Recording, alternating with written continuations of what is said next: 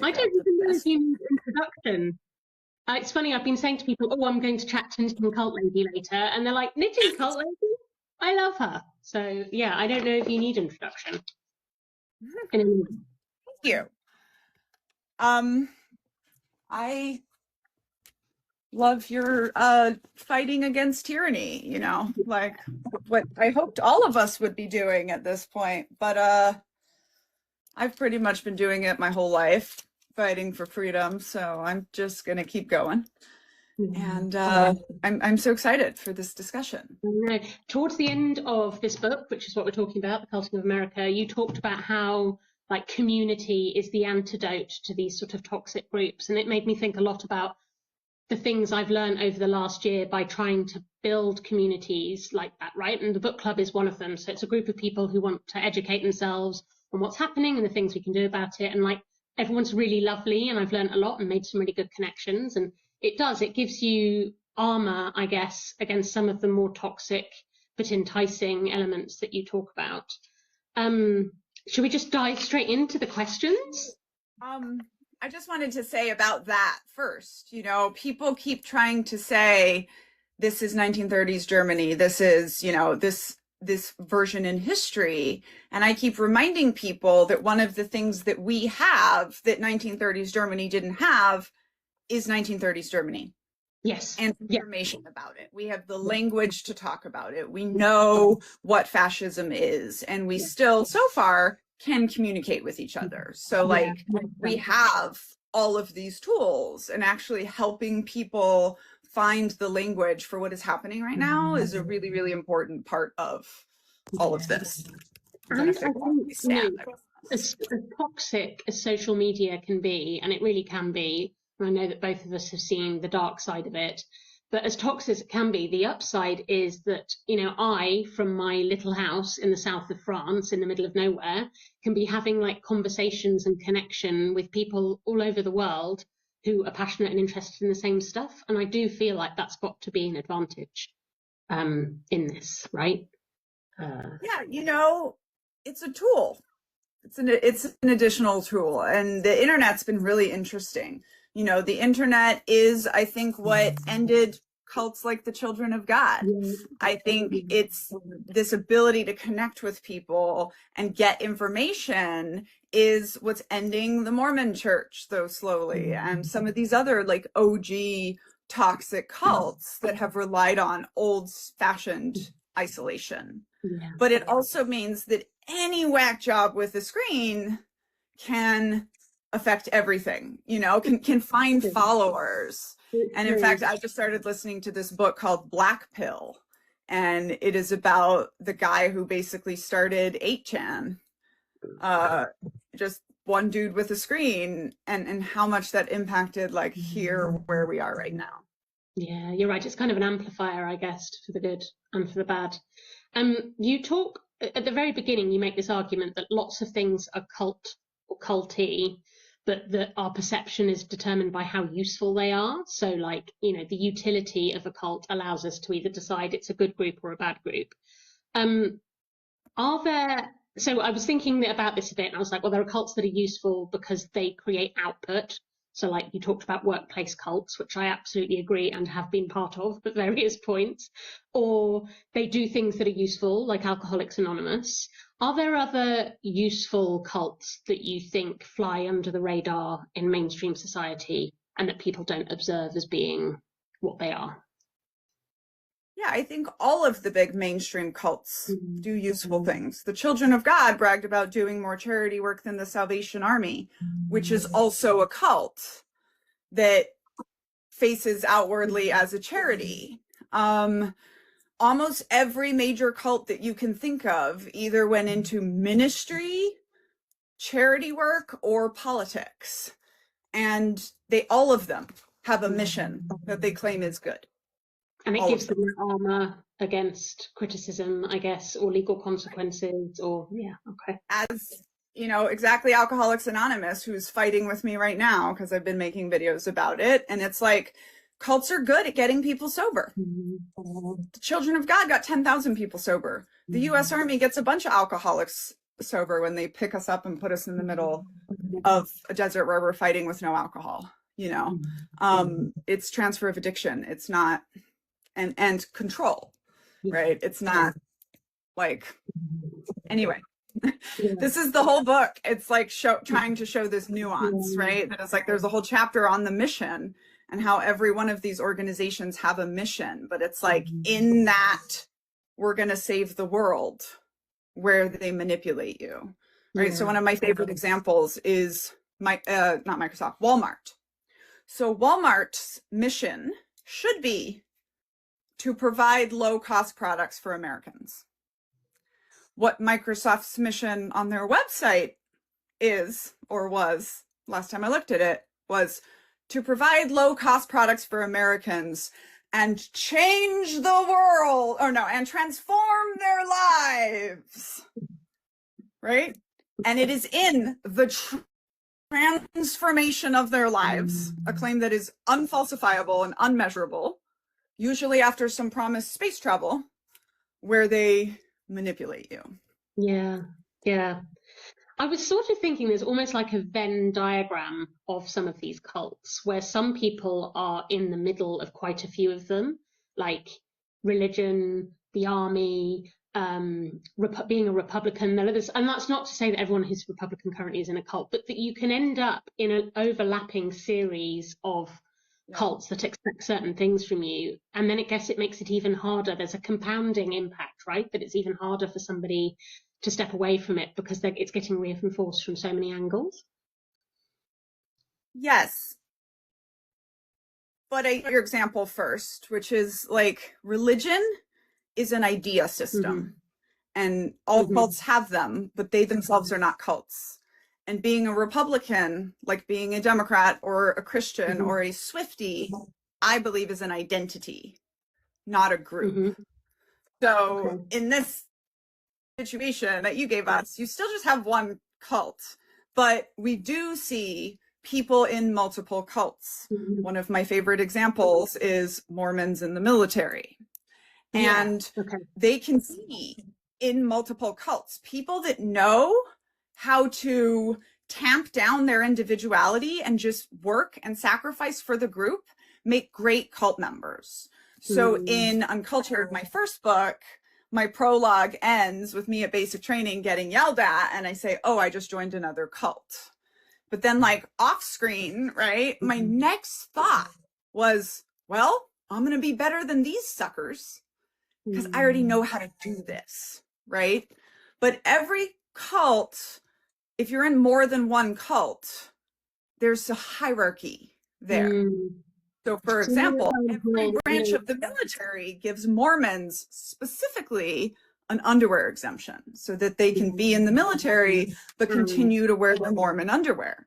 Because the military has learned that when you ask people to go up against their religion, often the religion wins out. And so the military just decided that for the most part, they'll try to work with you in your religion. So then you have people who might be Mormon in the military, also MAGA, right? And it just stacks up. Yep. And an interesting thing about MAGA is a conglomerate cult as well. So I recognize this very early on because this is what the Children of God founder did, is he showed up in an era of cults, right? And we have eras of cults because cults pop up in times of social turmoil. So the Children of God founder pops up in 1968 and he goes, all these people are building cults, groups, missions, whatever you want to call it, right? And he's just a better cult leader than them. So he goes and collects a bunch of Teens for Christ, Jesus People, blah, blah, blah, all of these cults and folds them into Children of God. That's how he went 0 to 100,000 in 4 years. And this is fuel for MAGA's growth, was its ability to absorb multiple cult identities within it. And so one thing is not all cult leaders are created equal. And also cults of idea, which I believe both the Mormon Church and the military are a lot more stable than cults of personality. Yes, but the cult of personality.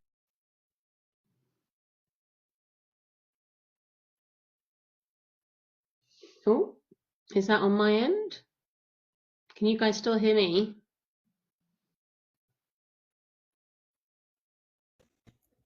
Ah, Sorry about that. Someone reset my internet. It's your internet, not mine. Okay, cool. It's on my phone. Sorry, you were saying cults of identity are more stable than cults of personality, yeah. Our cults led by an idea are usually more stable than cults of personality. And cults of personality can be changed into cults of idea. I think that's what Brigham Young did when he took over the cult of Joseph Smith. And he changed it into the cult of the one true church. And do you think and that's why folks, even Americans, only know the first two presidents of the Mormon church. Do you think that's the transition that MAGA is making, has made, will be able to make? So has made, but in the other direction, right? Okay. So he holds all of these cults of racist conservatism, I call it, cults of idea, that had been building since our 1930s over here, really got supercharged in the 1960s, right? So many of not just the cults of the 60s, but the Bible colleges, the homeschool groups, and the non-denominational schools and private schools and etc., were in response to racial desegregation. And so it was literally white people saying, I'm taking my children and going home. And then they have been organizing more and more and more to become a political voting bloc, but like using cult tactics. So that has all been going on way prior to Donald Trump. Donald Trump pops up in 2015 and says, I'll take those now, right? And he becomes the person to lead that cult, but he pulled them into a cult of an idea. That's why this is, or of a personality, right? And that's why this is so scary for us as Americans, because cults of personality are unstable at the best of times. And he is not in his best of times. So it's scary. The good news is cults of personality generally fall apart when the personality is gone. So your feeling is it doesn't survive the big, beautiful obituary? Right. Not even the big, beautiful burial, none of it. It is, it's interesting because the Children of God, which I grew up in, is often cited by experts as a cult of personality that did pass down. And I basically disagree with that. In the Children of God, we had a concept that we could talk to heaven at any time and anyone in heaven could talk to us. So what the leader who took over after David Berg did was he passed the mantle on down to me, Brigham Young move, but also I'm talking to him every day. That is called charisma by proxy, which is also the same thing Jehovah's Witnesses have, right? So that's not actually a hand down of the cult of personality. It was still his cult of personality. They just found a way to transcend death and keep going, even after the space travel. That's really interesting. I have to say, very reassuring. I'm putting my faith in your prediction. So here's the thing, right? People are like, they're going to weekend at Bernie's him, they're going to try to pretend he's not dead, but he's an American president. He's going to have to lie in state. The conspiracy theorists are always going to be there, but a lot of the population is going to have this just dissolve around them, which, by the way, also happened to the Children of God. And then you have a population that we have called the never lefters, which the most famous examples are the people who didn't travel with Heaven's Gate, who were not there that day. Many of whom still believe they missed the spaceship.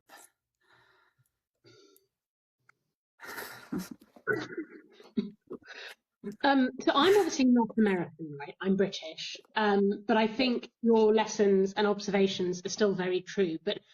And this might be an unfair observation. Do you feel like Americans are particularly primed to fall into cults, or do you think it's a human problem? Or it can be both, but is America particularly primed for it? So I would say yes and. I think that it's a human problem. Mhm. I think that many cultures of white people throughout the world have given up community for whiteness.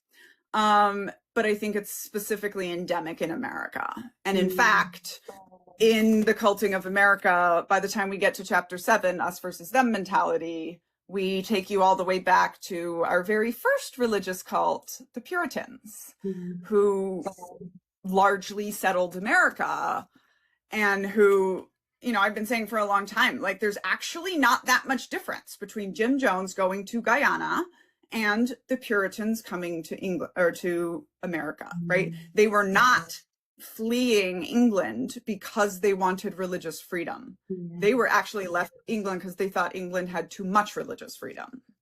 And they wanted to go, much like a cult, and live in their own spaces. Yeah. There was a quote I actually wrote down in full because I loved it, which was, high control groups know exactly what they are doing when they keep their members hungry, scared, poor, tired, pregnant, and busy. They're ramping up members' dependency by creating a cycle of exhaustion, stress, and financial strain that makes leaving feel impossible. And when I read that, I was like, that is just how so many people describe their lives in the US right now. And I was going to say, you know, this one, when you talk about busy, right? The Puritan work ethic. And there is a, you know, 1700s rich English dude like bemoaning that there's nobody fun to pal around with at the pubs in America because all of the interesting men are at work. And that is like I think another reason why Americans are so prone to cultiness. Like we got settled by the people who prioritized the written word, who prioritized working really hard, who demonized relaxation and really, really brought out like the goodness of suffering, right? Because these were the Puritans. Your work wasn't even going to get you to heaven. They believed that was already decided. You just had to work hard because. Yeah. So I don't know if you know this about me, but I run an organization called Help Me Leave, which wants to help like at-risk people figure out if they've got immigration pathways. And we're all volunteers, right? And 95% of our volunteers are American. And when I tell you that the level of work ethic that these people bring to a volunteer position, I quite often have to be like, slow down.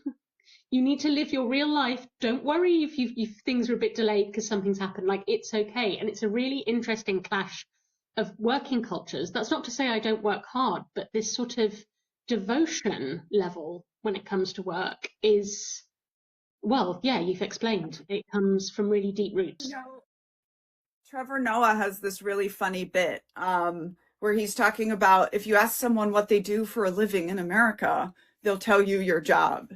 But if you ask a Frenchman what he does for a living, I'll say, well, I, you know, breathes in and then I breathe out, you know, and like we absolutely have this thing. And like this might be jumping to the end, but people ask me all the time, what's a recommendation to like teach your kids to keep them safe from all of these coercive and controlling groups? Because there's literally no way to avoid them, you know? And my answer is like, you have to teach them not to give yourself 100% to any person, place, thing, or idea. Like not even fighting fascism. No. You can fight fascism 90% of the time, but you got to keep 10% of yourself. Yeah, and 100%. America doesn't accept that concept. In America, we talk about giving 110% all the time. 110%, which is an impossibility. It's an impossible percentage. I had this conversation with a friend of mine. We're both kind of like type A, have always like worked our asses off. And she was saying that she caught herself saying to her kids, well, I don't mind so long as you tried your best to everything. And she suddenly pulled herself back and she was like, but you can't always try your best. That's actually the route to burnout. Sometimes it's okay to give 50% to something. And it's this recognition that you can't be full pace at everything all the time. It's completely unsustainable. And although I'm not as extreme as Americans, obviously compared to the French, mine and my husband's work ethic is like, they're like, why are you so busy all the time? What are you doing? And I'm like, well, I've got all these things I'm trying to do. Like, what's your time for, you know, sitting and drinking wine. Okay. Exactly. It's And, funny. you know, for me, like, this is one of the things I have been actively trying to build in my brand is, you know, 10 years ago when I decided I was going to do my own thing, I was in like military entrepreneur space in America. So like as sort of intense and the grind and the blah, blah, blah. And I just said, no, I'm going to build it slower. You know, I have a toddler. I'm not working 16 hours a day. And I'm not going to work on the weekends, and I'm going to carve out a space for myself, and I'm just going to get rich slower, you know? And I said, and I was actually just telling my intern this, which I'm very proud of. I was like, look, I only want to work 4 to 6 hours a day, and I only want to work on projects that excite me. And I think you could build a company where everyone does that, you know? And things like maternity leave. I am right now paying out of my tiny newborn company, my admin, her full salary to go on leave for 3 months. And I trust that that's the better way to motivate people than, you know, consistently asking them for more motivation, which is, I feel like, what you're getting in corporate America. Yeah, 100%. And in your studies, because you've obviously done quite extensive studying of this, are there differences between the sorts of cults you see in like white Western environments versus the type of cult behavior that you might see in other cultures and places? So my 2 caveats on this is I've mostly studied American cults, and that cults have been influenced almost entirely by white Western Europeans, mostly Americans, cult studies, right? So, but I don't see a difference. And I heard an expert say all cults are the same, and I was like, 100% agree. Okay. And this is why, like, I think I've written a very timeless book, because I'm not calling out cults. That's not the primary thing. I use examples and I absolutely call out certain groups, but I'm giving you the tactics. And I think these tactics are always the same, because I think that the way to coerce and manipulate people and harm people with brain science is the same. And they all study each other. Just like if you want to help people with brain science, you either have to have a heck of a ton of lived experience that you've worked through, or you have to study the people who have come before you. Right. So I find it very interesting, and something we learned in the so-called war on terror about 10 years in was it actually doesn't matter if we have our intel folks, which is what I did, you know, spend all their time tracking exactly which group or which cell this attack came from. We just study what we call the tactics, techniques, and procedures. Like when we boil it all back, instead of trying to say, well, the army is not the same as the children of God, I came to it being like, they controlled my underwear here and they controlled my underwear there. Why are they doing that? And now I have a whole section on why cults always want to control your underwear. And it's so far reaching, right?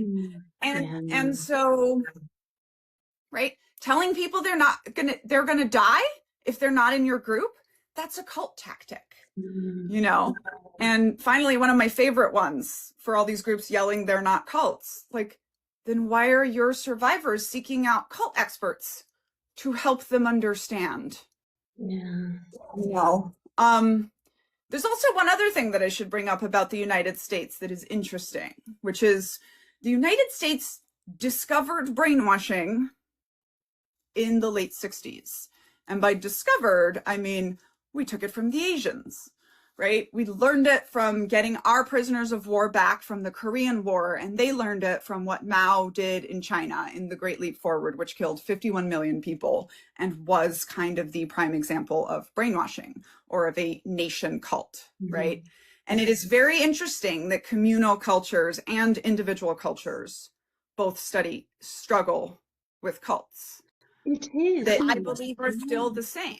So I relate really intensely to stories of people growing up in North Korea, even though that is a communal cult. But I mean, I also grew up in a communal cult, but also individualist culture. It's the cultures are driving people into the cults, and then the cults are still the same.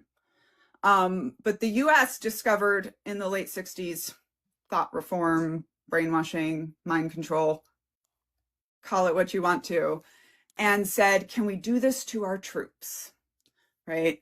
And then they hired 4 psychologists who studied abusive relationships and cults to build modern day basic training.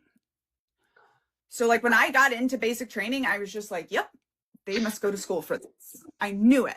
I was like, they go to school for this. Like they're taught how to do this, and they are.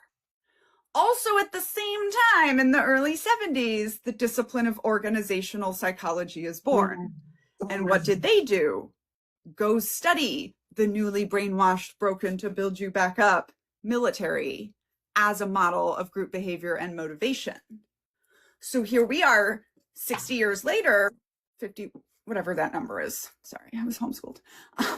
But they are like, why are all our companies so culty? And I'm like, look at this picture, right? Because organizational psychologists are the ones who get their masters and PhDs and then go to work for corporate America and teach them how to motivate you to give your labor to build their good cults. But this is a question I have around how deliberate cult leadership is in cultivating the cult. Gosh, that's a lot of cults in a row. How often it is that people just sort of stumble into these mechanisms because they, I guess, are quite intuitive. You know, if you're good at manipulating people, you'll probably figure a lot of this out, versus deliberately studying other groups and saying, yes, that's the technique I want to use to keep my followers in line. I know that's a hard thing to judge, but have you seen both? Do you think it's more the latter? I do not at all subscribe to we were building something good and it accidentally became a cult. The Children of God loves to say that. And they love to be like, it started off as faith, love, and Jesus, and it ended with raping the children. And like, I'm sorry, David Berg was already very much a sexual deviant way back to his 20s and 30s, right? Like part of the con is having you think it started off as something good. I don't actually believe Alcoholics Anonymous was started any more to help people than the Children of God was. I think it was a very, very, very similar, highly influenced by Scientology man who wanted a following and is still worshipped to this day. And I'm starting to suspect that there's a fundamental personality difference. And like, I would bet that cult leaders are all sociopaths. I think charisma is a tool. Charisma is something you can learn. I have a lot of it, but I simply do not choose to coerce and manipulate people in order to exploit their labor and turn them into deployable agents for my big mission. And in fact, right now I have written a musical that my entire audience wants to be a part of. And so I'm literally building the cult musical with a cult following. And I believe there's a way to do it without it becoming a cult. And that is that I simply refuse to exploit people. Yeah.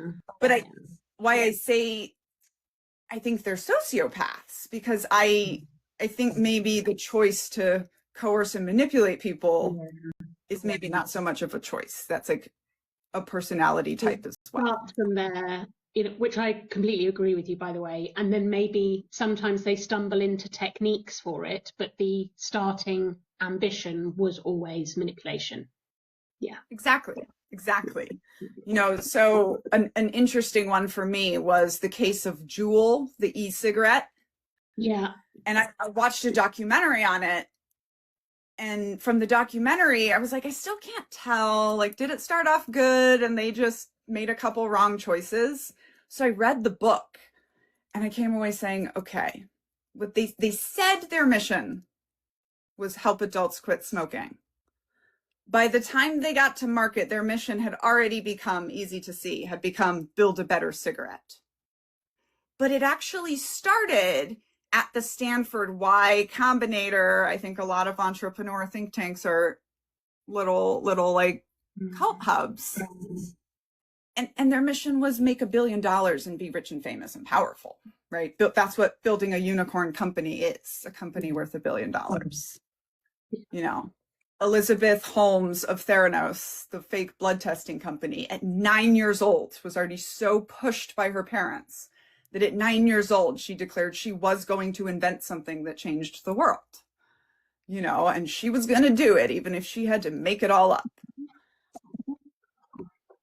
So it's not like these leaders are sitting there going, I'm going to build a cult, right? But like, they are absolutely using these tactics intentionally. You know, Donald Trump thinks he is the best leader in the history of the world, but he is intentionally using the tactics of Hitler and Stalin and Mussolini in order to get there. Yeah. Do you think, I mean, you've talked about previous sort of ways with cults. You could probably find cults going a long way back. Do you think we are more vulnerable now than at any time in history because of technology, because of isolation? Do you think it's worse now than it has been before? Yes. You know, so one interesting thing was just COVID. I remember going into COVID and being like, oh, all Americans are going to understand how I grew up a lot better now. You know, like isolation. And now we're all going to understand authoritarian leadership a lot better too, you know. I think that one of the things going on is cults pop up in times of social turmoil. And I believe that the social turmoil we are living through right now is the cracking up of our systems of like white supremacy and patriarchy and capitalism that are all sort of being rejected in a variety of ways right now by the younger generations.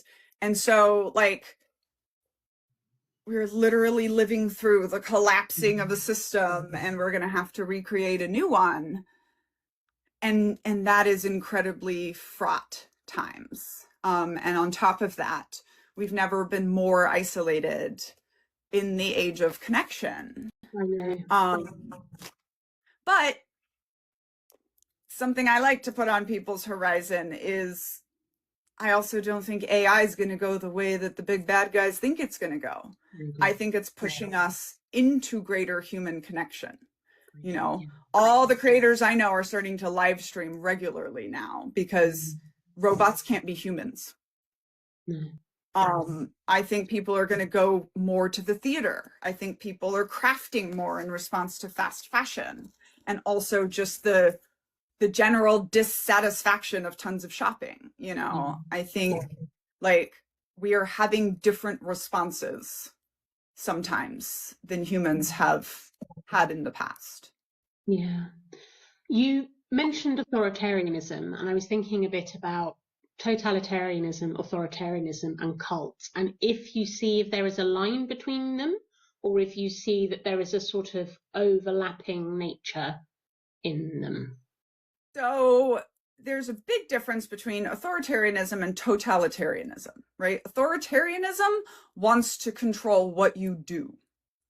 And that is your typical Putin, even I think China after Mao. Totalitarianism wants to control what you think. And this is your North Korea. So that's kind of a very clear-cut difference when you start seeing the overreach into not just propaganda, like not just influencing what you think, but actually controlling what you think, what you're allowed to input into your brain, right? People sometimes try to make the argument that North Korea is not a cult, and nobody can explain why they're not on the internet. Well, you know, right? Like, so, and a cult, like authoritarianism, totalitarianism are styles of control. So cults use both of those, and the more successful ones are doing totalitarianism. And I'm actually working on a book called An All-American Fascism now. And I think, you know, so first of all, cult is the larger category, and fascist nation or totalitarian nation is a type of cult. When a cult gets the military, we usually call that fascism, totalitarianism, authoritarianism, which I hope this should be a great comfort to people, because I know of the only person that has written 2 books on the American military being a cult, but it's not a cult led by Donald Trump, right? He does not have the support of the military. Okay. And we have not seen a country in the modern era go from democracy to dictatorship, full dictatorship, right? These things are very measurable and are measured. We're on that march, but it hasn't happened so far without the military. And certainly never in a country that has more guns than the military either. Yeah. Worse citizens do. So I have to say, your pragmatism and perspective on the US military has helped me through some sleepless nights. With what Hegseth has been doing in terms of replacing generals, etc., do you think that's likely to change? No, not even a little bit. Okay. So first of all, just as an organizational psychologist, I was like, if Pete Hegseth can change the culture of a 2 million person organization in 4 years that completely, then they deserve it. That's just impossible. That's impossible. Yeah. It takes, the last time they decided to change a culture thing, which I think was the drinking and driving, it took them a decade. So that's the first thing, right? So the US, first of all, he hasn't fired that many generals. He's fired about 24 generals and admirals. These are called flag officers out of 800 plus. Okay. He fired less than President Obama, for example, right? They're absolutely all very political firings. They're very disgusting. All of the bad things, right? The tyrants are trying to be the tyrants, but they do not understand the US military. And that is a big part of the problem, right? Donald Trump truly believes he can use his military as a bludgeon, the way that tyrants can. And because he's only studied the militaries of dictators, he does not understand our military.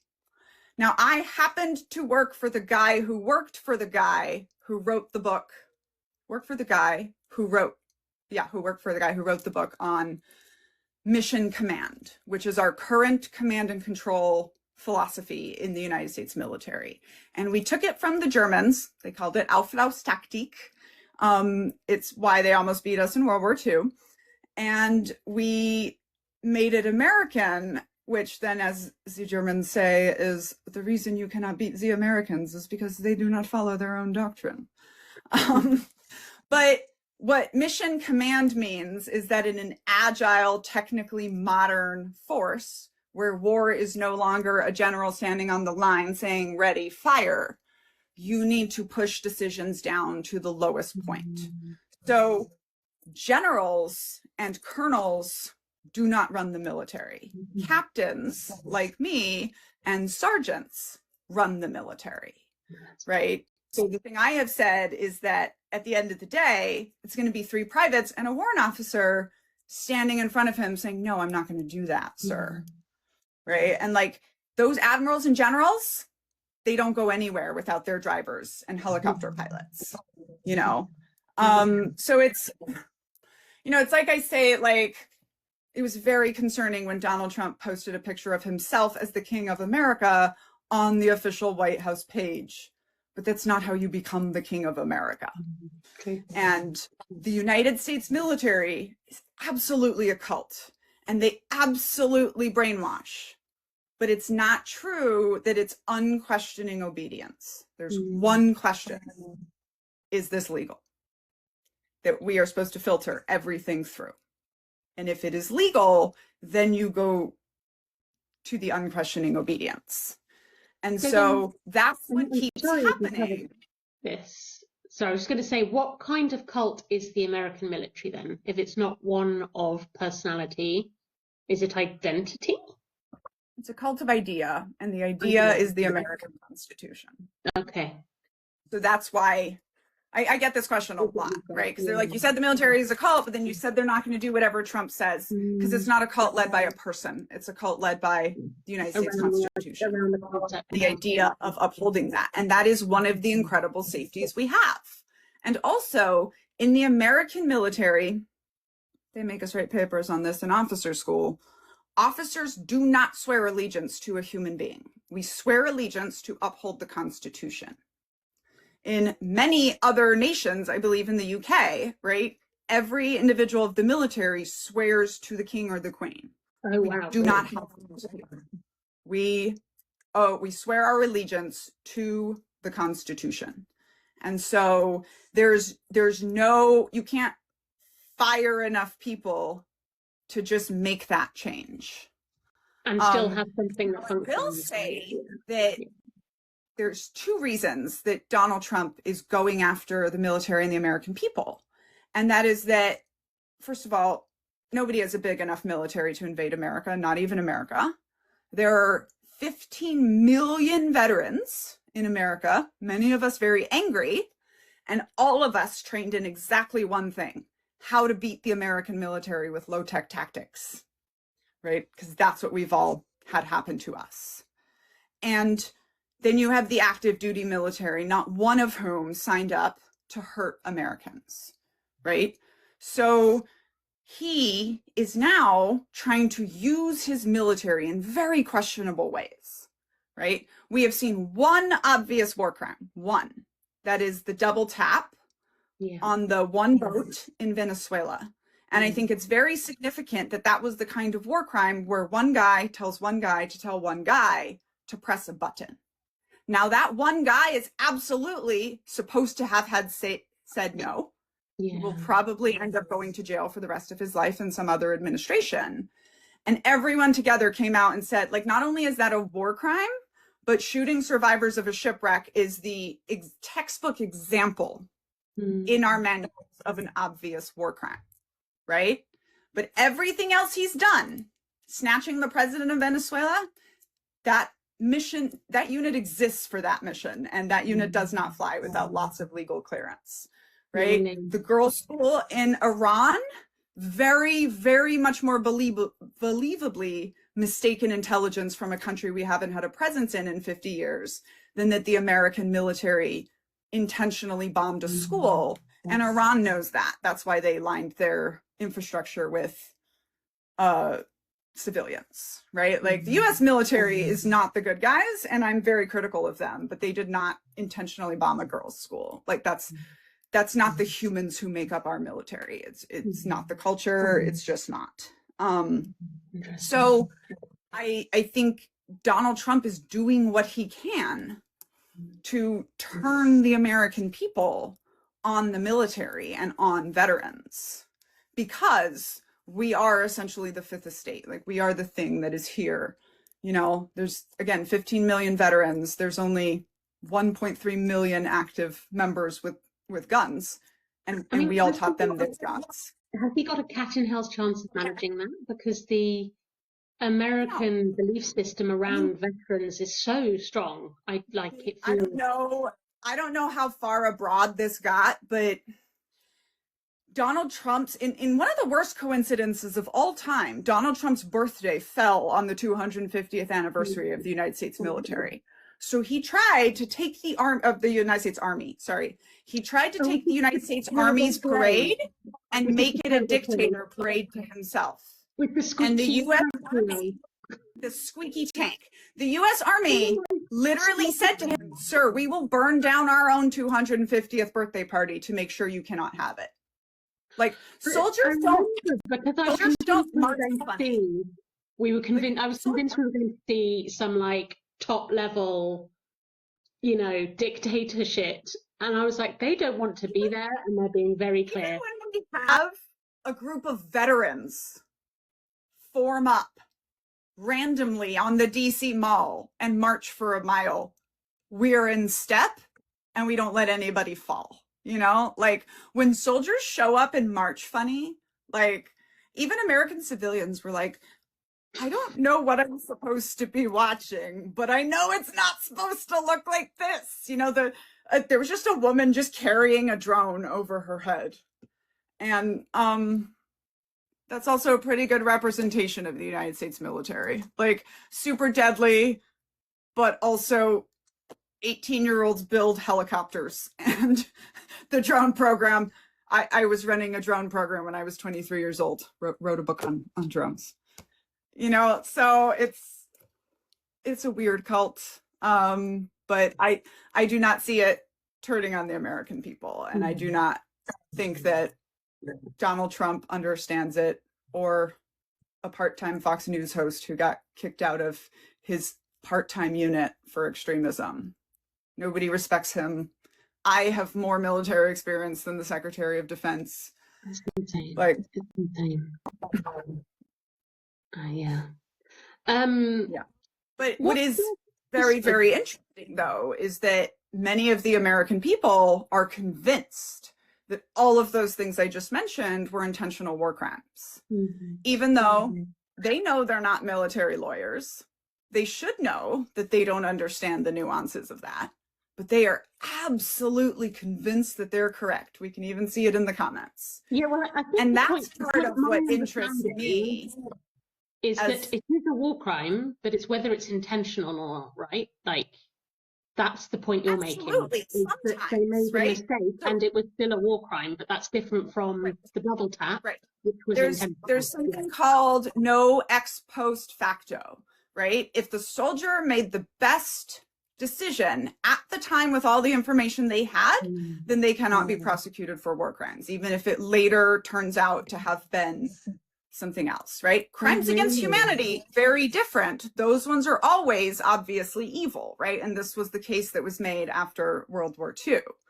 But like, that mission was cleared to go grab that president. None of those people are going to be held accountable past the lawyers who said go do it, and the people who gave that order, if it would ever come down to a tribunal.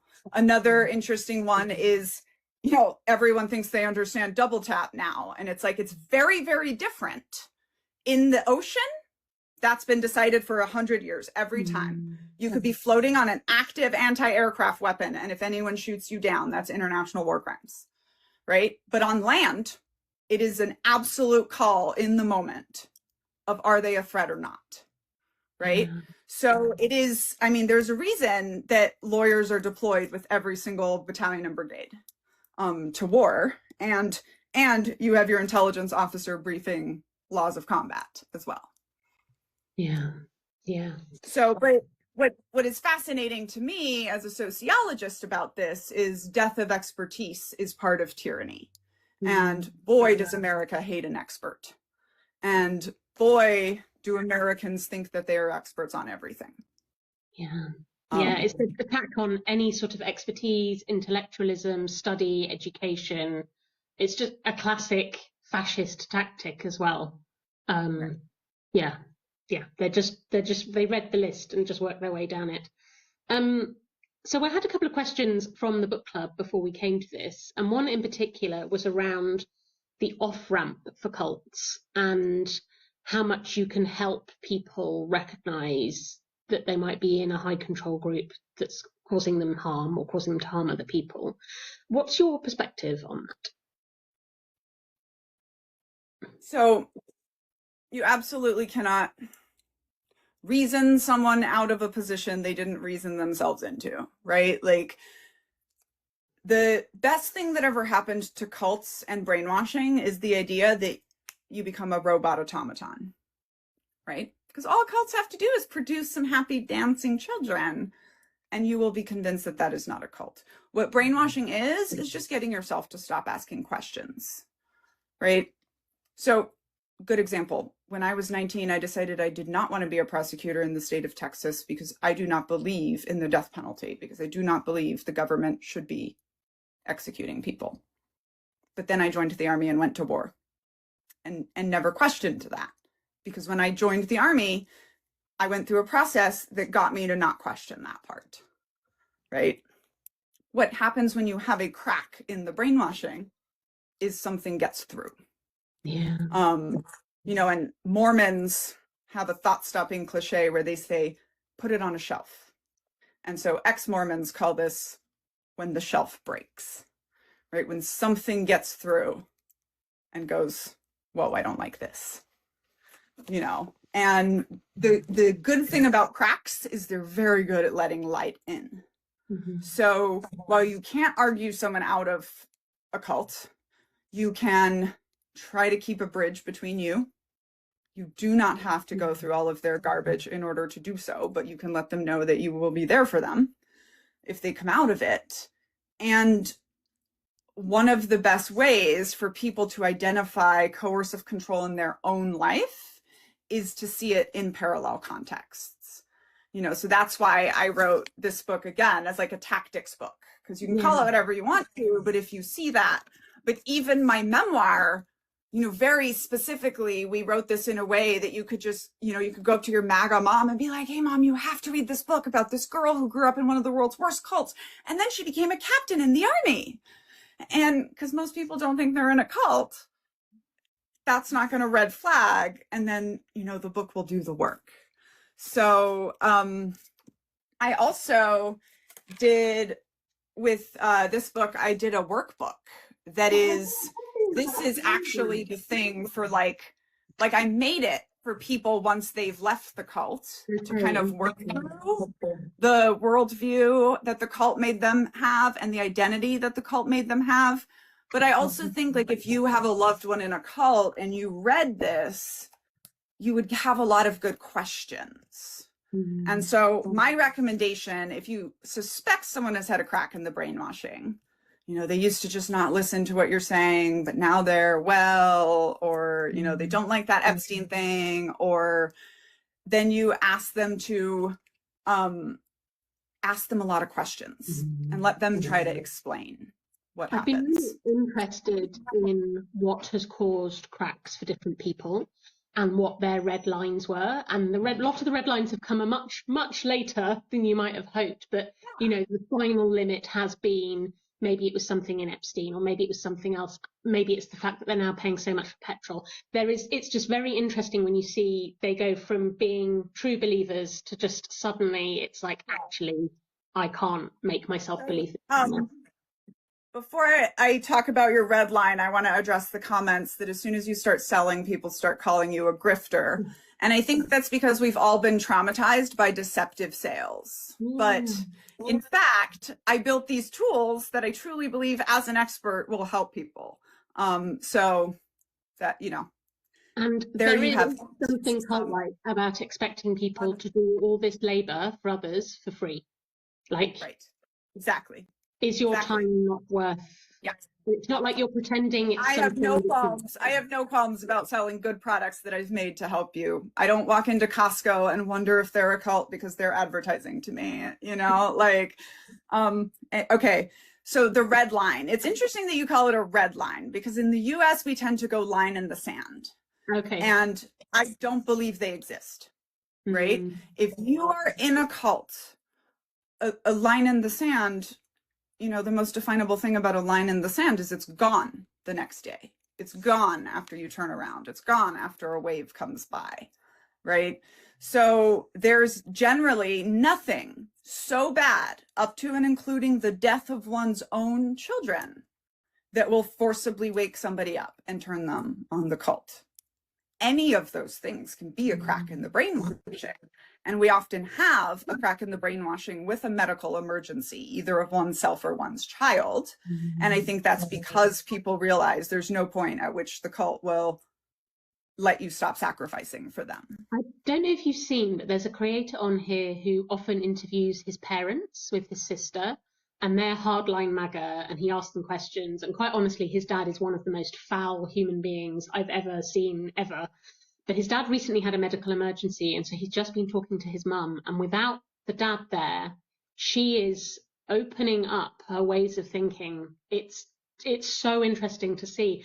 And the reason I thought of that is because he had a medical emergency, and she's suddenly confronted with the brutality of the healthcare system and the fact that nobody gives a shit. It's another thing that's kind of, as you say, a crack in the brainwashing. I mean, just today, our Attorney General, Pam Bondi, was announced, our former Attorney General, because she has lost her job, was announced that she has cancer. And you know, she's a woman in the past has said, it doesn't matter, stocks are up. And now people are just like, I wonder if you wish we had a universal healthcare system that didn't depend on our jobs, you know? So yeah. And which brings us to another thing that is cults hate medical care. And I think in part because they can lead to those cracks in the brainwashing. They can lead to having to listen to experts outside of your guru, et cetera, you know.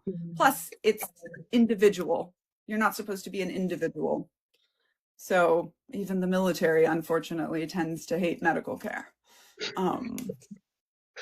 So I had a set of questions around control of the body, and you talk quite a lot in your book around this. And we've already talked about the fact that they want to kind of keep their members hungry, scared, poor, tired, pregnant, exhausted, busy, all the rest of it. I really liked your bit around motherhood and the cult of motherhood and the pressure for it to become your whole identity. Because I feel I've got 3 kids, 10, 7, and 5, and I feel like I've only recently emerged from like the fog of a continual cycle of pregnancy and babies and pregnancy and babies and not having my own identity. So that really resonated with me. MAGA's obviously obsessed with making everybody have babies. Right? By choice, they're encouraging teenagers to do it. They want everybody having a baby. Is it because the baby is another form of control? Is it because they need more worker bees? Is it both of the above plus something else? Like, what's your perspective on it? So always first it's control, right? So I am 3rd generation in a cult. My mom was pregnant at the age of 14. And I spent some time being angry in my deconstruction at my mom. And then one day I asked myself, when could she have left? Right? I left when I was 15 and I had no babies.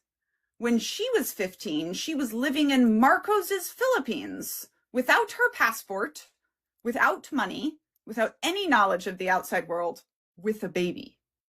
By the time she got away at the age of 38, she had had 8 live births. Oh my God. 11, I believe, pregnancies. You know, she had 7 kids in 14 years. And she once told me she could count all of her menstrual cycles she had had on both hands because she was always just in that cycle. You know, I have 4 brothers that are 18 months apart. She would wean them at a year. I would sometimes wean them, and then she would get pregnant again. You know, and the United States military does the same thing. If you're a sergeant and you have a wife and 5 kids, you can't just get out of the military because they treated you poorly. Like, you're not. You're stuck for healthcare. You're stuck for benefits. Like, you're stuck. This is why I say it's not just the Mormons, but it's all cults that are like, we don't care how you bring them, just bring them young, and then we'll get them pregnant, and then it's so much harder to leave. And one of the things I'm very grateful to my mom is that I was wavering about whether I was brave enough to lose everything I knew and go out into the world at 15. And she didn't let me move to another commune. She was like, no, go. And, you know, if she hadn't done that, I think I would have been 27 with 2 kids by the time I got out and was trying to navigate the world with nothing. Yeah, oh my gosh. But then also, of course, being pregnant helps keep you hungry and tired and busy, and the women dying young and creating more for laborers for your cult. But that's what brings us into a very interesting thing, which is the brainwashing of children that I have a lot of theories about if you are interested. 100%. So when we see adults be put through programs of brainwashing, it's very successful. It's like 98% successful, right? Like, we know how to break you and F you up. With children, it's under 50%. And what I think is that you cannot brainwash children because children don't have the rational capacity to explain to themselves to stop asking questions, right? A 4-year-old, as you well know, says why 437 times a day. So what happens to children when they are isolated, fed only one way of life, is called mind assault. And that is a very different thing. But somewhere along the way, most single family cults and large cults understand that they have to break the children, the older children. I believe somewhere between the ages of 10 to 14, a child gains the rational capacity to buy in.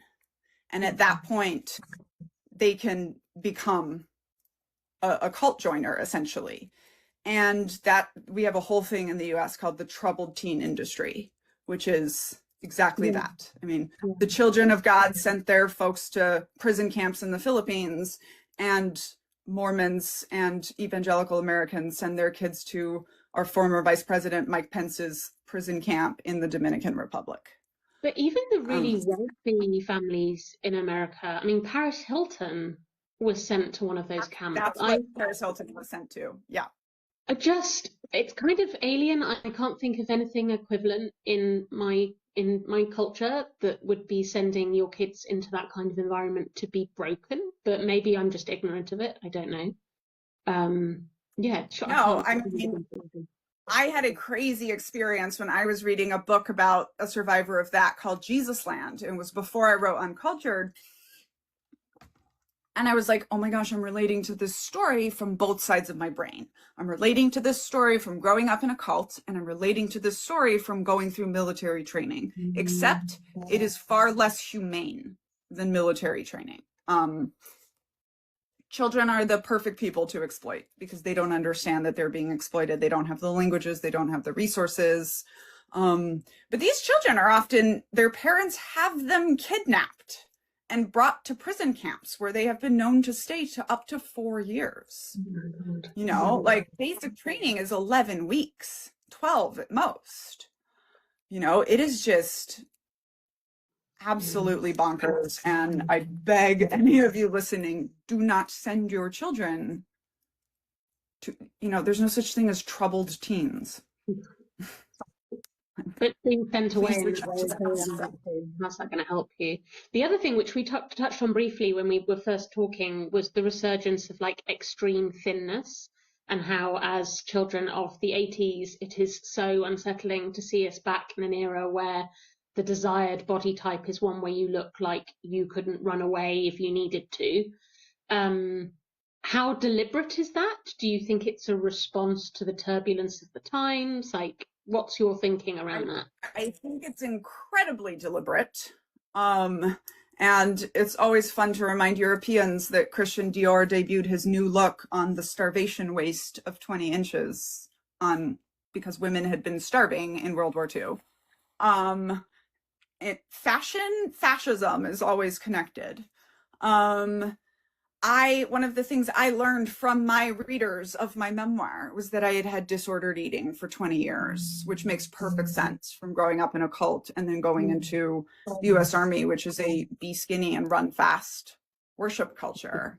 Yeah. And it is so endemic in our society. And this is another thing that America is worse about than others because, and there's a very good book called Fearing the Black Body by Dr. Sabrina Strings. But she really shows how this focus on thinness is like just part and parcel of white supremacy. It was part of dehumanizing Black bodies. And I think it's really helpful for people who are trying to deprogram themselves from that. But, you know, skinniness, there's also a section on, well, there's a whole section on appearance control in the culting of America. And I find 4 parts of physical appearance that cults are always, and I basically mean always, controlling, which is hair, body size, so thinness, body coverage, and underwear. Yeah. Yeah. And I mean, when I saw the first Wicked, it about a year and a half ago, like it struck fear into my heart, both as somebody who's been working on their body image very heavily and as somebody who studies fascism. I was like, no, it's coming back. And the same thing I will say for the beigifying of America. When you walk around in America right now, especially where I am near DC, nobody is wearing a color.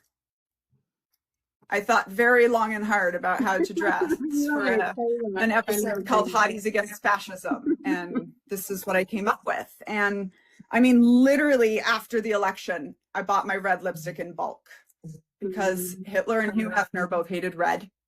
Tyrants hate red when they cannot control it. Your number one job in a cult is don't stand out. And that is what is true with fascism. But one of the things I want people to know is that, like, when everybody stands out, they can't do anything about it, right? Or like freedom of speech, because there are millions of us and Americans are loud, colorful assholes who don't do what we're told. If we just keep being that, there's nothing they can do.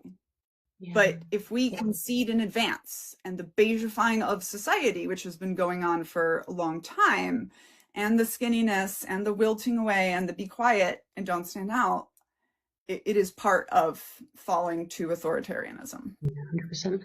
I liked the part of the way you wrote about the skinny white woman and like the power of the skinny white woman, both in proximity, but also in enforcing and actually being, you know, one of the ways in which a cult kind of homogenizes. And I thought that was really interesting because once you spot that pattern, it's everywhere. Yeah. And for folks who are new, the skinny white woman is simply me applying the concept of the white feminist who sort of whitewashes the patriarchy to cults. But I noticed with Nexium, which was this very actor, Hollywood heavy cult, and then with Elaine Maxwell of Jeffrey Epstein, that there are always these skinny white women next to the cult leader. And I thought a lot about that, including myself playing that part for the United States military. And, you know, because of America's specific kind of white supremacy, and white women, especially the skinny ones, confer purity and civilization, two words which have absolutely been used to murder people. You know, people look at, you know, before I had the term for white privilege, I always used to just say, like, people are always treating me better than they should. Like, I am an indigent teenager in America, but everybody's helping me out. You know, nobody is scared of me. I'm the pure, you know, especially in the army, there's just like all of this purity put on you, especially if you're a woman, especially if you're an officer, especially if you're white. And I grew up in a sex cult, you know? Anyway, the number one word that I have already used in my new book on fascism is purity.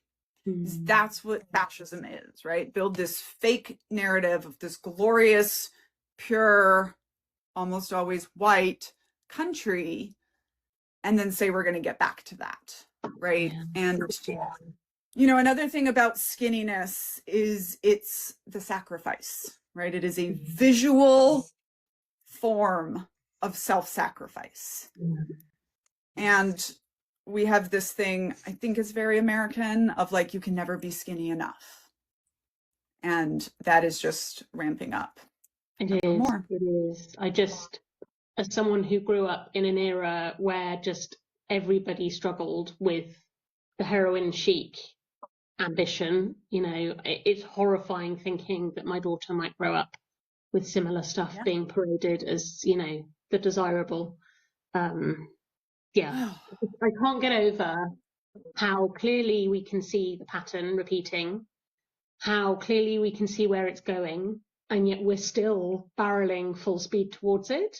Like, sometimes it makes me feel quite hysterical because I'm like, I mean, obviously lots of people can see it and we're all screaming our heads off, but why are we still on this train? Well, first of all, I don't think people have really been seeing it that clearly for that long.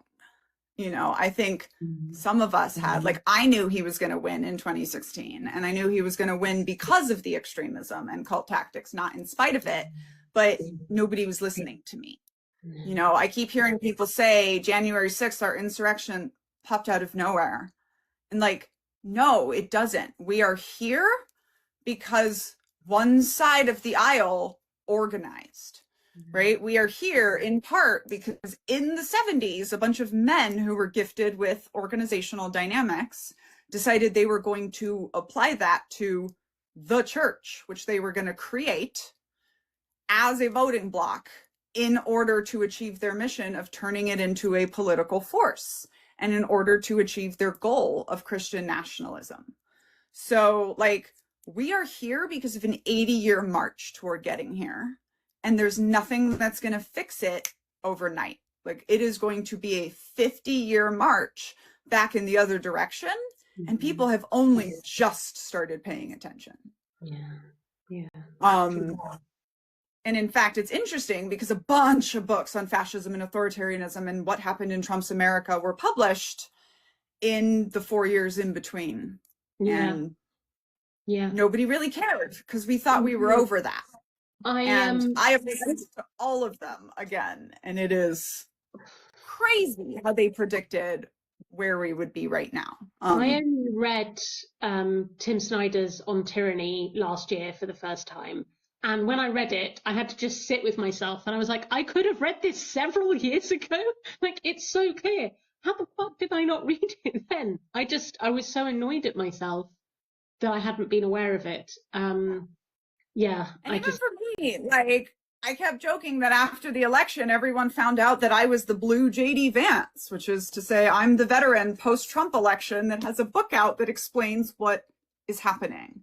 But in 2022, when my book came out, it did not get really popular.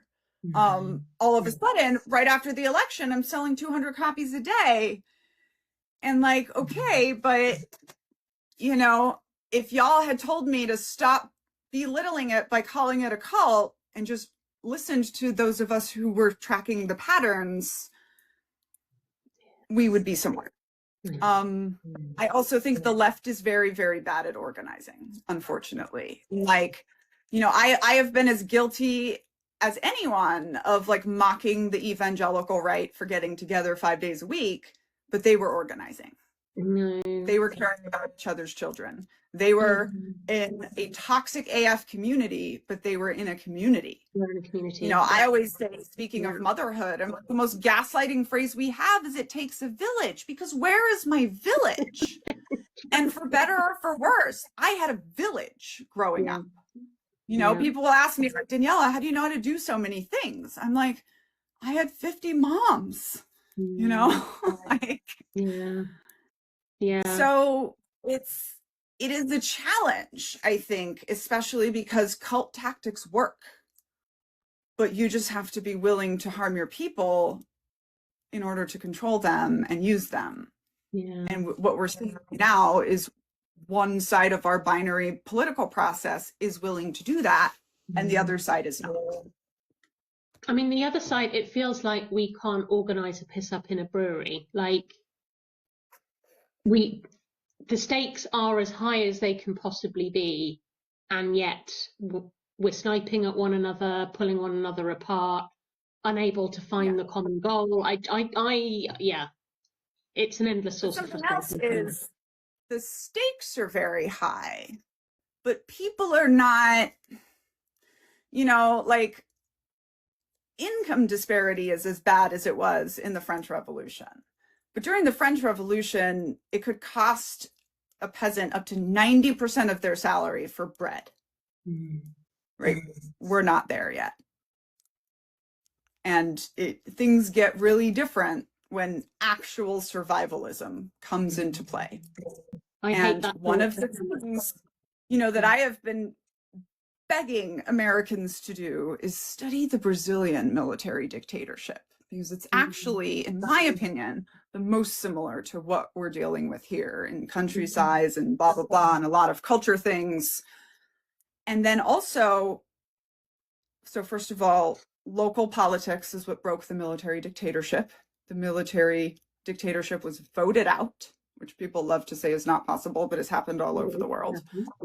And when Bolsonaro tried it again in 2023, Brazilians said, oh, hell no. And they knew what to do. because they had shutting that down in their recent memory. And we unfortunately don't have that in American memory. So Americans, and quite specifically white Americans, do not know how to organize and are not desperate enough yet to listen to those who do, which is Black women, and do the right things, right? Nobody took it seriously in time. So we didn't have to be on this train at all, but now we are. And we're kind of waiting for the big crash. And then we have to figure out how to get off the train and go back the other direction. Yeah, yeah. So another question that was asked was, why have you chosen this route of activism and education as opposed to just a quiet life? What drew you to this? Well, I realized in graduate school, so first of all, like, I wasn't trying to be a leader or an activist. Like, I just wanted to be a rich, popular author doing my thing. I was deconstructing from having a mission and like needing a mission, because that's what I was trained to have. But I also was just like, I'm just building a cool channel where I knit and talk about bad guys and get to write interesting books sometimes. But while I was in graduate school, I thought I was going to do leadership consulting, just like most of them were going to do. I didn't think I wanted to go work for big corporations or academia. So I was like, I'm going to do leadership consulting. And then I realized it was actually really hard to get organizations to want the expert on bad groups to come in and show them all the holes. You know, and even when in the military, we're military intelligence, the expert on the bad guy, the person who tells you why your plan is not going to work, is a mandated part of every brief. They also warn us in intelligence school, like, nobody's going to like you. So I realized in graduate school, number one, I was an expert on bad groups and bad guys, and I wanted to keep doing that because there are always so many. And two, that I actually don't care that much about the groups. I definitely don't care about what we call them. I realized, like, I want to help individuals understand groups that have harmed them in the past, groups that are hurting them now, and groups that might hurt them in the future, right? So that is what I have decided to do, you know, and even kind of making the decision to write a memoir, I think in my case was that I wanted my pain, but also the things that I knew to like help people so that I didn't feel like dying all the time. So, and then more and more, it's just kind of been like also asking myself, like, what is my role in the revolution? You know, in the US Army, they force officers to play every role, staff officer and commander. And there's some very interesting papers that were written on like how these are fundamentally opposite personality traits. Our General Eisenhower was a good staff officer, a good expert. Patton was a good commander. They were awful at the other part. And so I realized early on when I was getting out of the Army, I was like, I'm good at being an expert. What am I going to be an expert on next? I'm also good at performing. I'm good at building a large audience and getting people to look and pay attention. And then I can raise funds and pass the mic. So those are kind of the areas that I'm focusing my advocacy on right now. For example, I've adopted a couple of Southern states that we are going to follow on my very large network all the way through the midterms, and we can help direct people's money and attention there. Instead of being like, I need to start a group or lead or, you know, all of that. So that has been my motivation. And then I will say one more interesting one, because I've mentioned my musical, is, you know, in writing this book, you realize, as I've mentioned before, that all the cults are basically the same. There's these patterns, we can track them, which also means there's a generic language for growing up in cults. And that's also part of how I think I'm different from other experts, which is I'm not focused on was your experience a cult or wasn't it. I'm focused on if you're listening to the stories of a girl who grew up in one of the world's worst cults and you're relating, yes, say more. Yeah.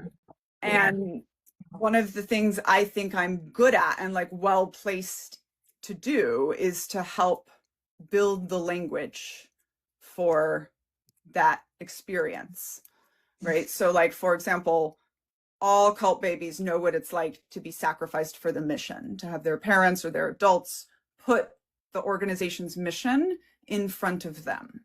And that is true for Children of God survivors. That is true for people whose parents were in Alcoholics Anonymous or others 12-step programs. And that is true for people whose parents were in the military. Yeah. And so it's like I have been playing around with all of the art forms to use my own experience, which we all agree was, yes, a cult, to help people figure out how to talk about their own experience. I even have paintings. Where? Over there. My 4 Rainbow Girls paintings that are like 4 stages of development and etc. So yeah, my next big thing is I have a musical That's that so cool. my whole audience wants to be in. So I don't know if you're going to escape the rumors that you are starting your own cult. and here's the thing, I'm very open about this. I'm writing a cult musical that already has a cult following, and I'm going to turn it in an industry, the theater, which is very culty, and I'm not going to build a cult, because the way you don't build a cult is you simply choose not to coerce and manipulate people in order to exploit their labor. Is it possible to imagine a world without culty behavior, or do you think it's intrinsic in human nature that you have people who are manipulative and will use these tactics in that way?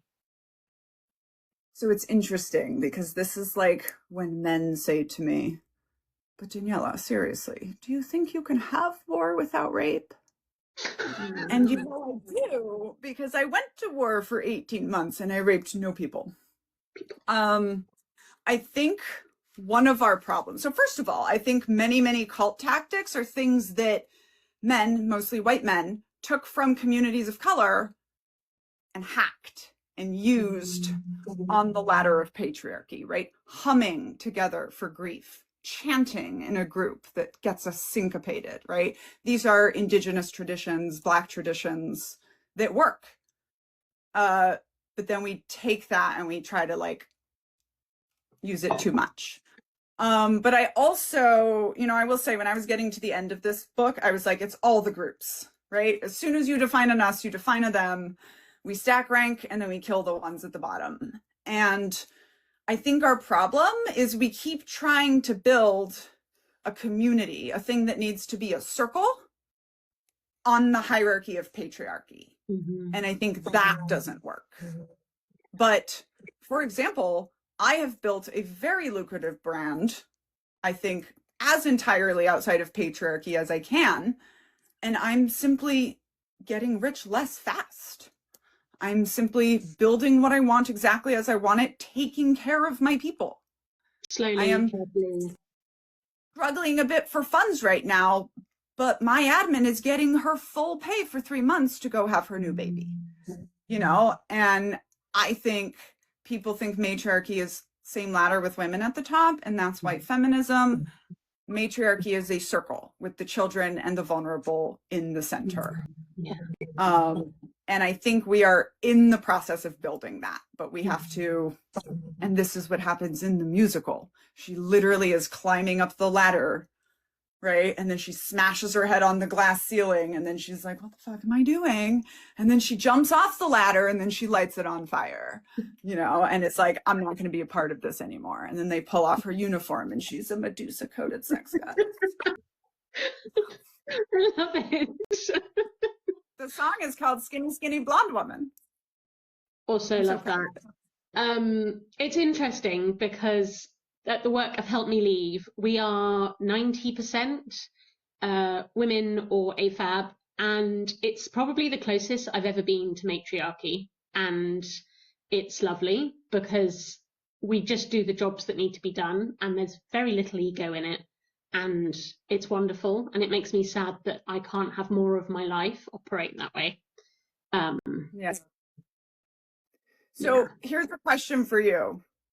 Do you ever jokingly call it a cult, or does that just not really come up? No, that wouldn't have crossed my mind, because I mean, no one's making money. No one's making any money. Like, there's no money in it. We're literally just trying to help people. I know the concept of a good cult is a patriarchal binary concept. And the opposite of cult is group that doesn't exploit you. And so one of the things they say is, like, pay attention when members of a group are joking that their group is a cult, because they think they're saying, we're so closely bonded and we're so, but yet you just described an organization that people would probably love to work for, and you didn't say, like, we're kind of like a cult.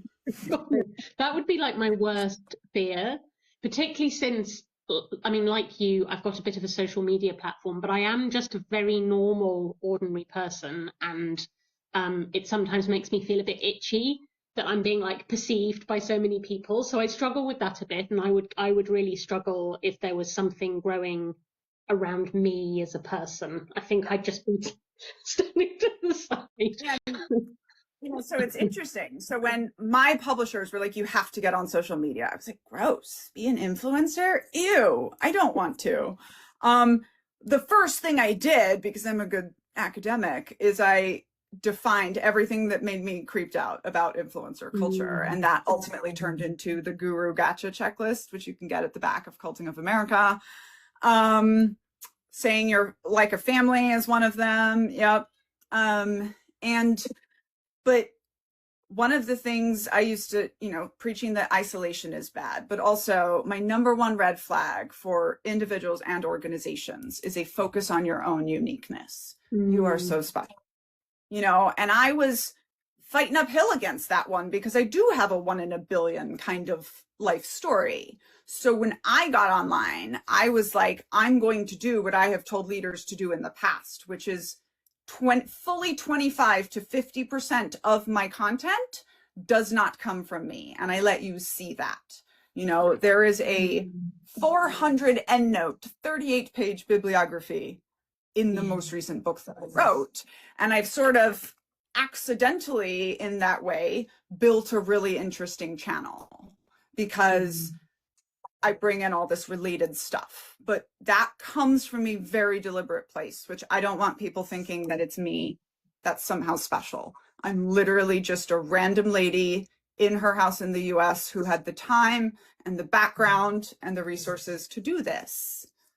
And this is one of the things that I think about experts versus gurus, which is expert. I also put artist in the category of expert.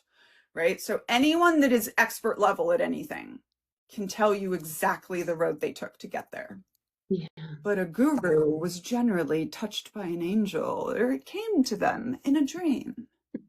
And now they can heal you by putting their hands on you, and don't pay attention if it's in a sexual way. Oh God. Right?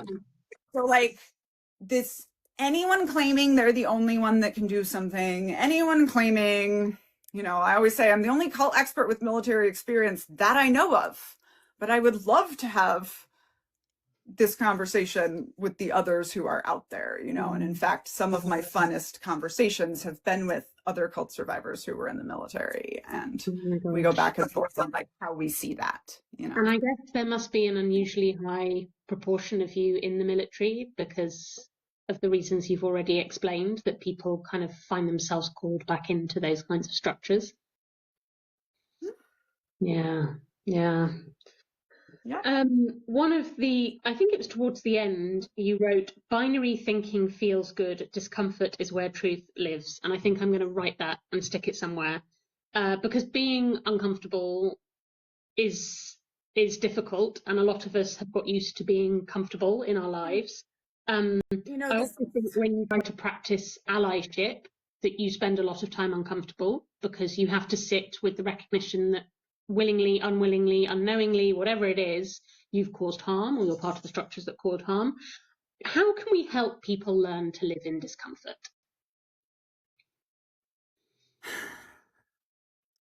I would say one of my favorite vaccines is just the statement, there are many valid ways to live a life, and just talking about nuance. And I think Europe is better at this than America. Like, Americans really love a binary, right? Hero villain movies. We sort of invented it.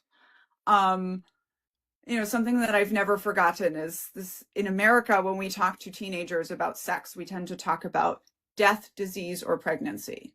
In Germany, when we talk to teenagers about sex, they talk about death, disease, pregnancy, and pleasure. Like, it's one of the things we tell our kid, and when we tell her not to smoke, like all good parents do, but in response to, ew, why would I ever? We tell her, because smoking feels good. Extremism feels good. We have this cultural idea that cults don't work, cult tactics don't work, cults feel bad all of the time. And I literally had to come up with the phrase, there were good people in the sex cult too. Binary is fake. Like, binary things tend to be pretty man-made, right? People don't actually come in white and black. People come in a huge variety of shades that we can't even find where one stops and the next one starts. Everything has nuance. And this whole idea that, like, we're good people or bad people, like, no, we're people. We also have this idea that we have groups and we have cults. No, we have groups. Cults, gangs, terrorist groups, and I would say armies just are the groups that are on the most extreme end of groups, So my most helpful thing is, like, lines in the sand are not real. Yeah. And we did a mission that was patrolling the border of Afghanistan and Pakistan, right? And you can't not fly over that border. If you fly over that border, the best thing that's going to happen is your boss is going to have a phone call with the White House. And the worst thing that happens is you're going to get shot out of the sky. And somewhere in the middle is Pakistan closes the gates on us for 2 months and we only get to eat what the Air Force flies in, right? All very serious things. And so my analyst would be like, why? Why do they have border incursions all the time? Like, how hard is this? And so we got to the point where we agreed to just start sending people out on the next mission so that they could experience that when you're looking at a map, when you're looking from a distance, like, there's a pretty solid line there, right? But when you're hovering over it, surrounded by people who are on the same mission as you, who look just like you, and who are reassuring you that you're fine, it's really easy to cross that line, right?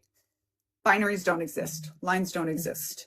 And so keeping that in mind, right? There's no right and wrong side of history. The greatest generation of men in World War II assaulted 15 million women across Europe, and a lot of those were the Americans, So,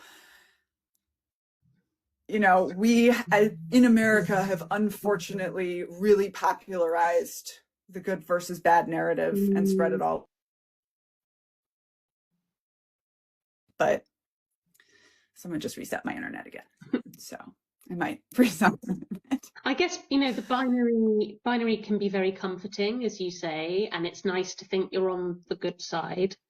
But I have really enjoyed over the last, 10 years, stepping outside of that and starting to be really critical of my beliefs. And I'm a much better person as a result. So I guess the other thing is discomfort leads to growth, and that will make you feel like you're a more whole person.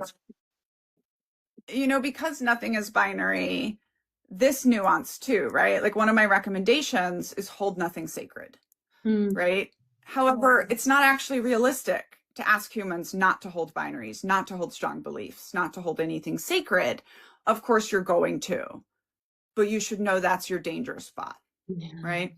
So I hold hitting kids absolutely sacred. There's absolutely no justification for it ever, ever, ever, which means that I am open to the threat of some charismatic person showing up here saying that they're going to introduce legislation to finally get Americans to stop hitting their children. And I need to be aware that that's my threat zone, right? So I say it's always low threat. It's never no threat, you know, and most experts say all people are subject to cults, right? Like all people are at risk of cults. And I actually think that's probably confirmation bias. I think that there are individuals, the Samwise Ganges of the world, if you are perfectly happy with your life, you are not actually manipulable into a cult, right? And I literally mean perfectly happy. Like, don't even want your partner to be a little more, you know, like, I want a little more money. You are just, you have the small life that you always wanted, right? You are not going to be very manipulated into a cult. But as someone advising the individual, I don't think any individual should ever consider themselves threat-free. And especially one of the things I have identified is that just like anywhere children are cared for, abusers will show up. And I hope you're looking at that for your nonprofit. But in the same way, in places of personal transformation, predators will show up. And this is where I'm getting at with your nonprofit, right? Like when many cults have gone to refugee places and helped, you know. My mum used to volunteer for the Samaritans, which in the UK is a phone service you can, I don't know if it's the same in the US, where if you're feeling suicidal, you can talk to someone who's been trained to da-da-da. And she always used to work the night shifts, and she quit because of the number of sex calls that she was forced to deal with. But also they had loads of issues with people turning up as volunteers and kind of using the position of power in an abusive way. I was like, why on earth would you go through all the training? But I guess it's proximity to the vulnerable, and it gives them what they want. Like, there's two categories of cult joiners, and we tend to only focus on the good people who are manipulated. But there is, I think, about a 20% who are just failed narcissists, or they just don't know how or don't want to build their own thing, but they want to show up and manipulate. Right? This is Tom Cruise of Scientology. This is Jeremy Spencer of Fleetwood Mac in The Children of God. And those people show up, right? In the US military, my first boss said to me, he said, look, 50% of people join for the benefits. 40% of people join for patriotism. These are wildly made up. 10% of people join the army because they want to take people out. And it's our job to find those people and get rid of them. I mean, it's the same. In reality, the special forces just finds those people and then takes them to special forces. So, you know, yeah. So, and when I say places of personal transformation, right? Exercise, diet, education, moving, exercise, losing a loved one. Like, none of us are free of the threat of going through spaces of personal transformation again. And that's, again, why I wrote a tactics book, right? Because we're never going to identify all of the cults, especially once you throw in 1-1 cults and single family cults. And predators are always going to pop up and learn how to prey on people. Cons are always going to keep happening. So the best thing you can do is like understand how to keep yourself on guard when you're going through that. You know, starting a new exercise program, listen to yourself if you start feeling creeped out at that gym or by the person doing that, because you are more at risk when you've entered a space of personal transformation. I think that amazing book, The Gift of Fear, about learning to listen to that, like the intuition inside of you. And I think so often people talk themselves out of those feelings, but actually your body's quite good at recognizing some of that. So like, it wasn't until I was pregnant and you're taught to listen to your cravings because that's what your body needs. And then when I wasn't pregnant anymore, I was like, oh, I suppose I should still be listening to my cravings, right? And it turns out that, like, you're not just jonesing for sugar for no reason. You're not just jonesing for a steak for no reason. Like, you're usually low on iron, you know? Like, so one of the things I say in the book is, like, if all this did was remind you of how creepy it felt when your male boss was mandating all the women wear stockings, and then next time you listen to yourself faster, like, if all we've done here is give you the language and the validity to pay attention to yourself, I think that we did a really good job. Yeah, no. This has been, oh, I was about to say this has been amazing, and then you just took it off. This has been amazing, Daniella. Honestly, I feel so lucky to have got to have this conversation with you. Do you have any parting words for hotties who hate fascism? Yeah, fascism is a human ranking system. So if we refuse to accept that humans come in a hierarchy, fascism cannot win, right? Like, fascism is simply convincing people that some people are better than other people. And then it gets to that, right? And, like, purity doesn't exist. Binaries, you know, black and white people don't exist, right? Race is literally a made up construct. So taking time to question, right? And really paying attention to which groups don't want you to question, right? And, like, when people are shutting you down, and you have to pay attention to what they do, not just what they say. Like, I was recruited through an Army program that was all about, we want you to come in older and more formed and question everything. And then you actually just get told to sit down and shut up, Lieutenant. You know, so you really gotta look at what they do and not what they say. But, you know, question everything. Yeah, yeah. Oh, I like this question. Then what does racism mean? I took a whole class on this at Harvard. Power and prejudice in systems. Racism is a system. Individual bigotry is bigotry. Race is a social construct. So is the system of racism, but it very much impacts very real people's lives. Yeah, of course. Amazing. Thank you. And can I just ask, what have you been knitting? Oh, yeah.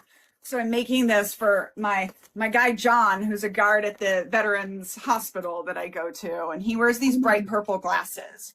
So I've taken a pleather jacket, I've cut off the sleeves, and now I'm putting purple sleeves, and the ends are going to be really shiny.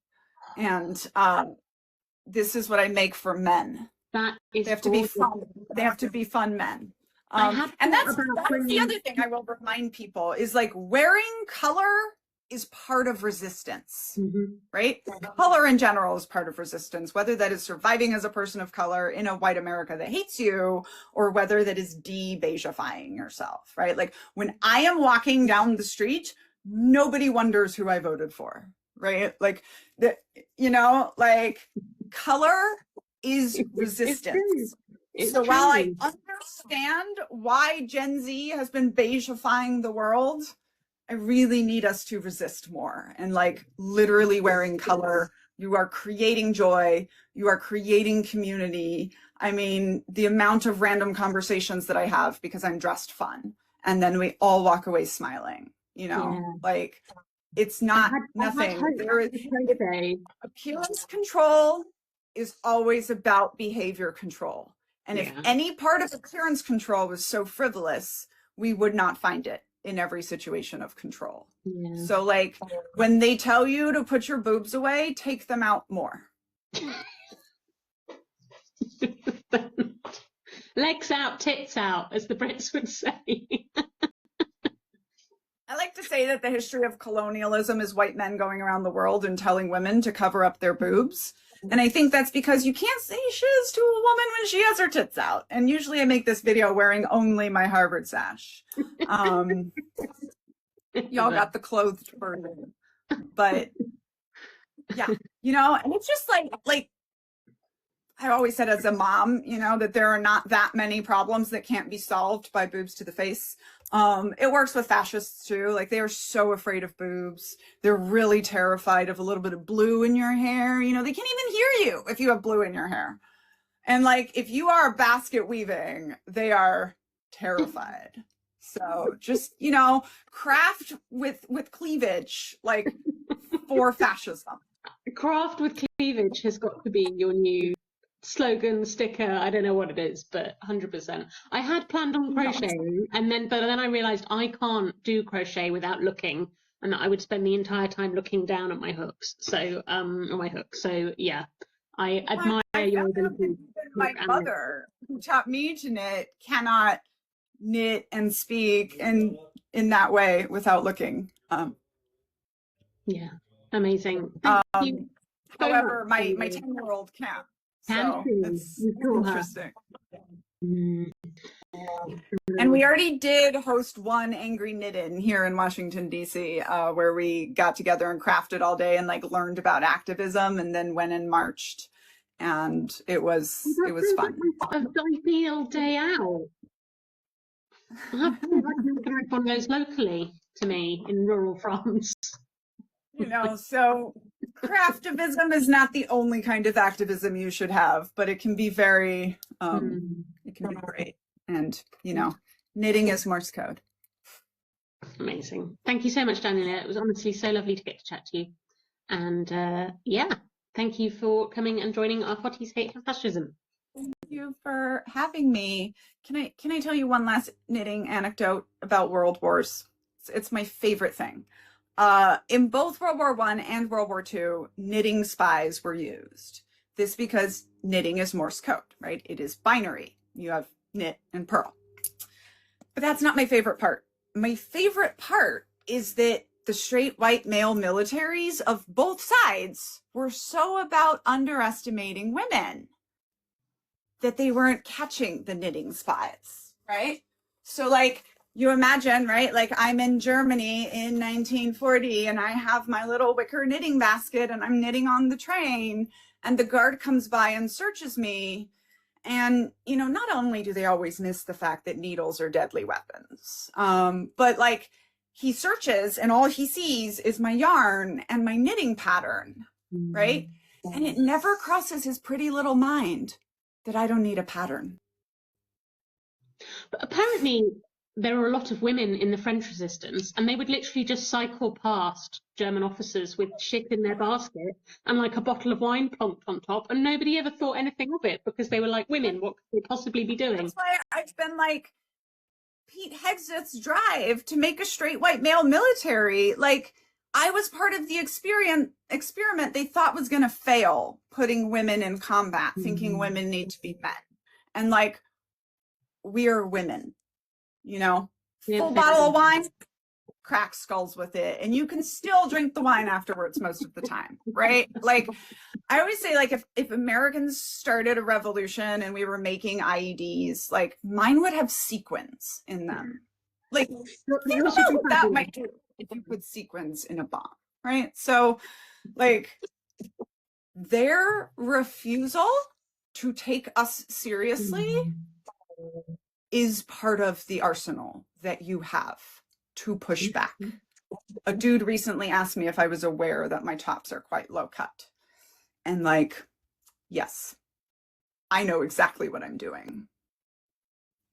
I always think it's fun when the men stop by to tell me that my boobs are a psyop, but they didn't notice that the knitting was too. So with that, I will sign off. Thank you all. Thanks for having me. Bye.